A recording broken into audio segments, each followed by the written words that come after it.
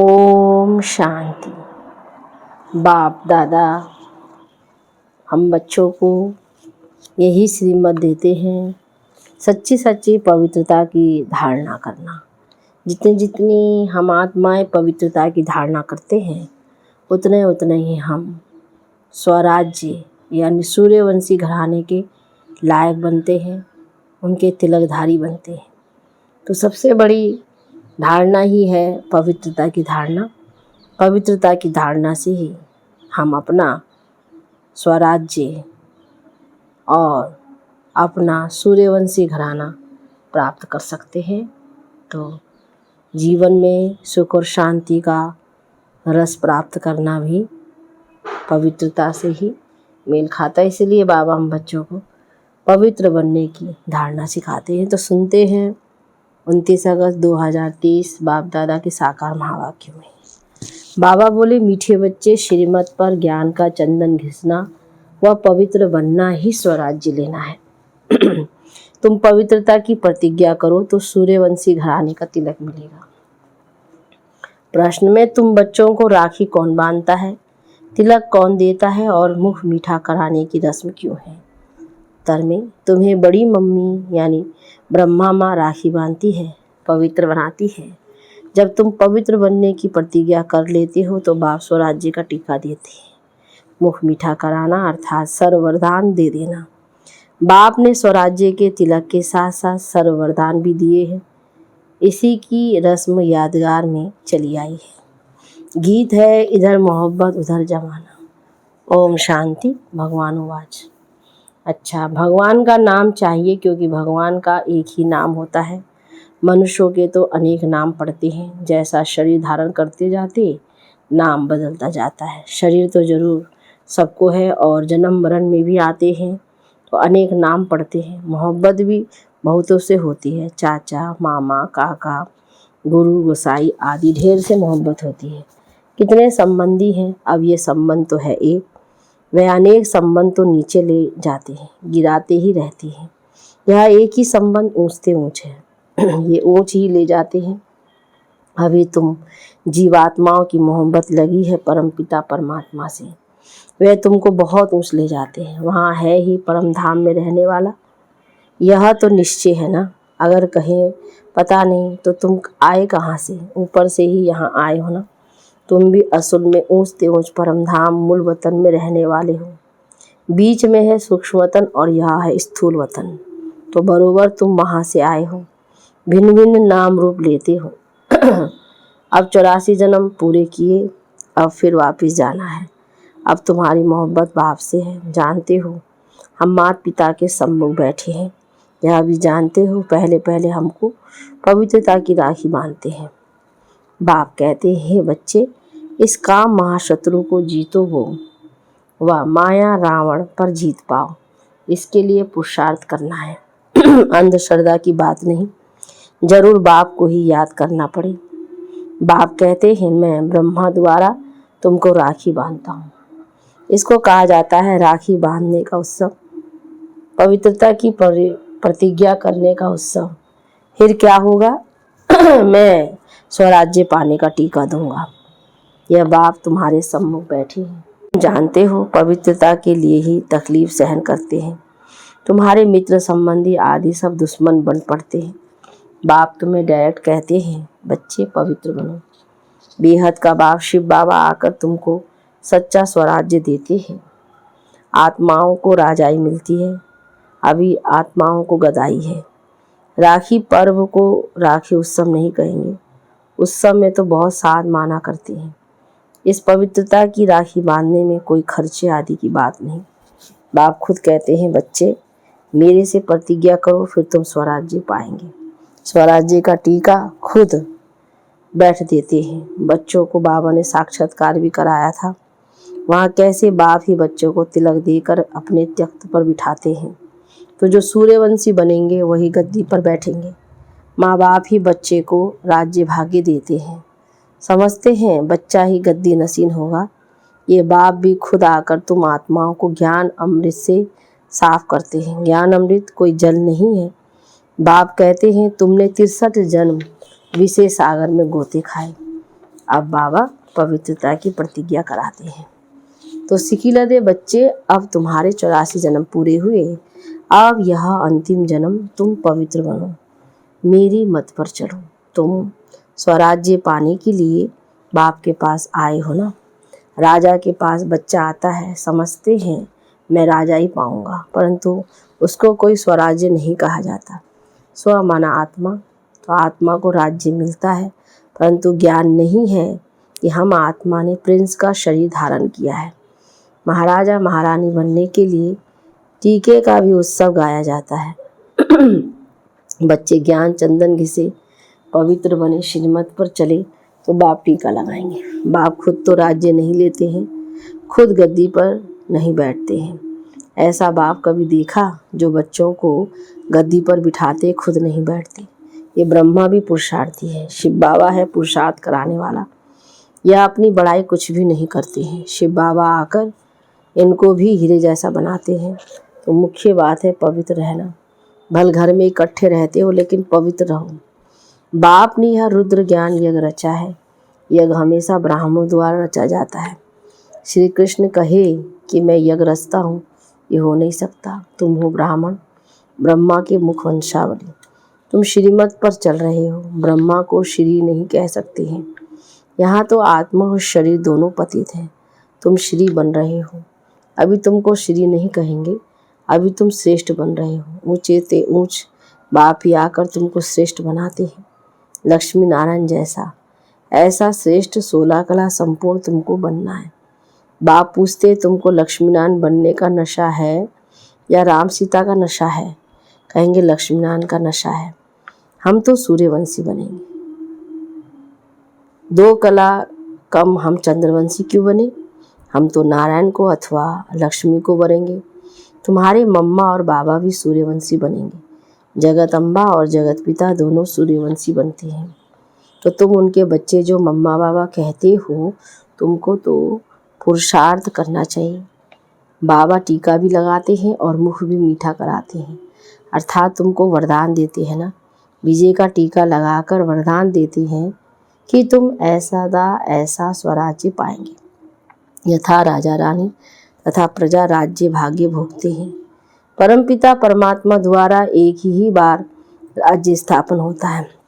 यह है almighty authority राज्य। वाइसलेस दुनिया भी गाई हुई है। सर्वगुण संपन्न 16 कला संपूर्ण मर्यादा पुरुषोत्तम देवताएं कभी काम कटारी से हिंसा नहीं करते। 63 जन्म तो तुम 1-2 पर काम कटारी चलाते आए हो। अमरलोक में काम कटारी नहीं होती। यहाँ काम कटारी तो तुम पतित होते होते तमो प्रधान बन पड़े हो। अभी तुम बच्चे समझते हो बरोबर बाप स्वर्ग की स्थापना करते हैं, भारत में ही जन्म लेते हैं। बाप ने वैकुंठ की सौगात लाई है। आधा कल्प रड़ियाँ मारी है। ओ गॉड फादर रहम करो, मेहर करो। भक्ति मार्ग में गाते हैं ना। सतयुग में थोड़ी ही रड़ियाँ मारेंगे, वहाँ तो सदैव सुख है। दुख में सिमरन सब करे, सुख में करे ना कोई। अनेक प्रकार के दुख होते हैं ना। दिवाला मारते हैं तो कितना दुख होता है। बीमारी आदि होती है तो दुख होता है ना।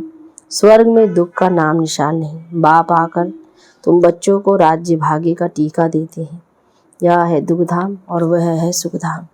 शांति धाम में तो आत्मा कुछ बोलती नहीं है, यहाँ फिर टोकी बनती है। तुम्हारा स्वधर्म ही है शांति। अभी तुमको सुख शांति का स्वराज्य मिलता है, तो बाप का बच्चा बनकर उनकी श्रीमत पर चलना चाहिए। पढ़ाई के समय सारा अटेंशन पढ़ाई में देना होता है। पढ़ाई के समय और व्यर्थ बातों का वर्णन नहीं चलता। अगर कोई उल्टा सुल्टा बोलते हैं तो कहेंगे अटेंशन प्लीज़। तो बाप बच्चों को कहते हैं तुम्हारी बुद्धि भटकनी नहीं चाहिए। बाहर धक्के खाने वालों के ख्यालात इधर उधर दौड़ते रहेंगे, समझेंगे कहाँ छुट्टी हो तो घर जाएं। अब तुम बच्चों को पढ़ना और पढ़ाना है। ब्राह्मणों का धंधा ही है गीता पढ़ना गीता सुनाना। वे ब्राह्मण भी गीता सुनाते हैं, शरीर निर्वाह भी करते हैं। तुमको भी ऐसे कहा जाता है। गृहस्थ व्यवहार में कमल फूल समान पवित्र रहना है। प्रतिज्ञा करनी है, यह अंतिम जन्म पवित्र रहेंगे। यह अपवित्र दुनिया विनाश होनी है। विनाश की तैयारी भी देख रहे हो, होलिका जलेगी। वास्तव में यह सब उत्सव इस समय के हैं। बाप तुमको तिलक देते हैं, तुम्हारी बुद्धि कहती है बाबा हम सतयुग का विश्व का मालिक बनाने के लिए हमें पढ़ाते हैं, अथवा कहें स्वराज्य का तुम तिलक पाते हो।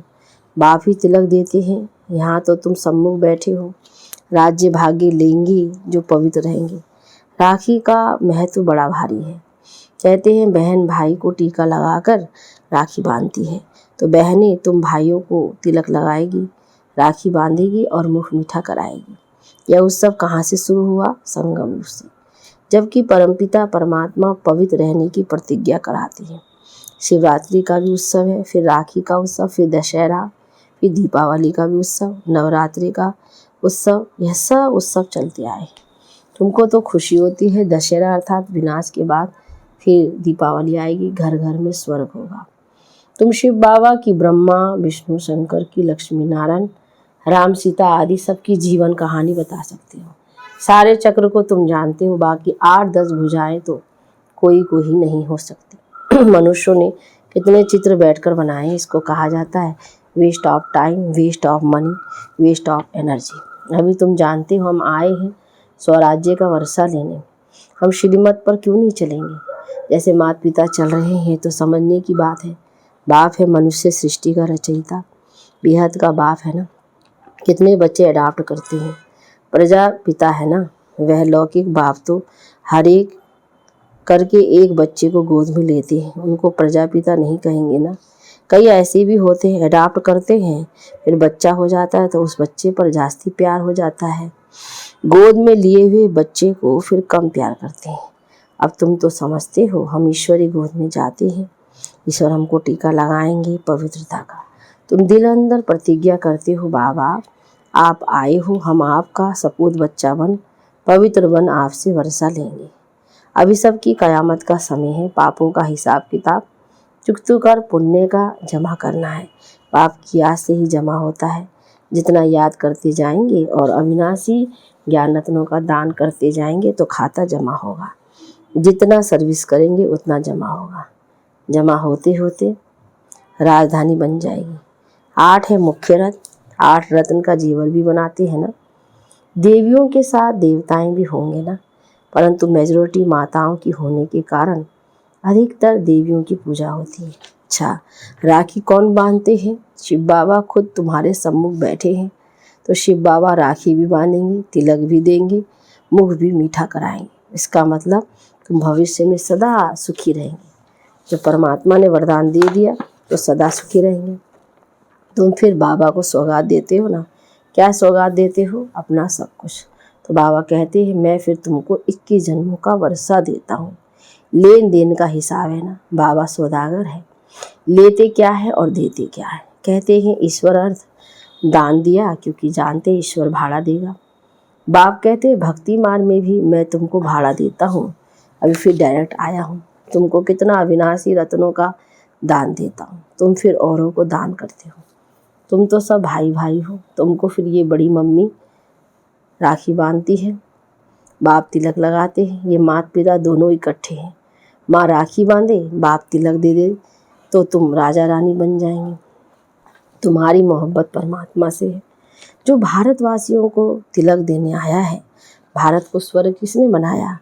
बाप आया है ना। श्री कृष्ण तो है रचना नंबर 1 और शिव बाबा है रचयिता नंबर 1। तो तुम बच्चों को खुशी का पारा नाखून से चोटी तक रहना चाहिए। अच्छा, मीठी मीठी सिकिल दे बच्चों प्रति माता पिता बाप दादा का याद प्यार और गुड मॉर्निंग। रूहानी बाप की रूहानी बच्चों को नमस्ते, रूहानी बच्चों की रूहानी बाप दादा गुड मॉर्निंग, नमस्ते बाबा नमस्ते। धारणा के लिए मुख्य सार में पहली पॉइंट, दिल की मोहब्बत एक बाप से रखनी है, देहधारियों से नहीं, क्योंकि सर्व संबंधी एक बाप है।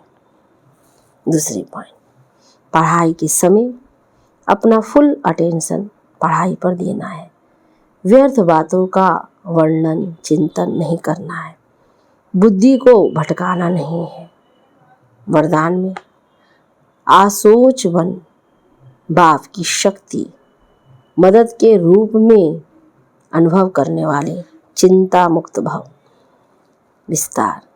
कई बच्चे सोचते हैं सेवा कैसे बढ़ेगी, अच्छे अच्छे जिज्ञासु पता नहीं कब आएंगे, कब तक सेवा की भाग दौड़ करनी पड़ेगी। लेकिन सोचने से सेवा नहीं बढ़ती। आसोच बन बुद्धि को फ्री रखो तो बाप की शक्ति मदद के रूप में अनुभव करेंगे और सेवा की वृद्धि स्वतः होगी। बाबा करावनहार है और करने के निमित्त में आत्मा।